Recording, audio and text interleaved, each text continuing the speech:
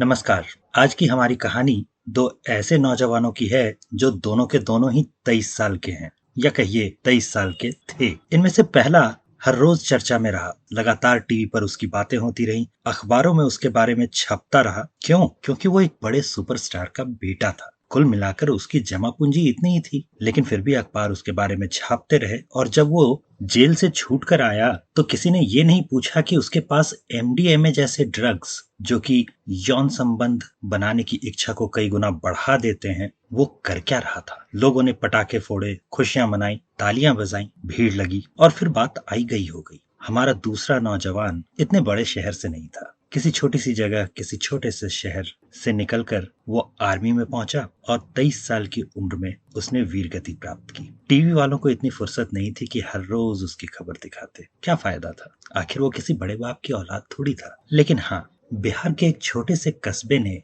या कहिए छोटे से शहर ने, याद रखा कि हमारा बहादुर बच्चा आतंकियों से लड़ता हुआ वीरगति को प्राप्त हुआ है। सारा शहर उसकी अंतिम यात्रा में शामिल होने के लिए उमड़ा। अगली बार जब कोई आपसे ये कहे कि आखिर हमारे देश की ऐसी हालत क्यों है, तो उसे बताइएगा कि आप जैसे नायक चुनते हैं, उन पर ही तो आपका भविष्य निर्भर करता है ना। आपने किसे चुना था, उसके बारे में आपको सोचना चाहिए। शायद अब भी देर ना हुई हो। धन्यवाद।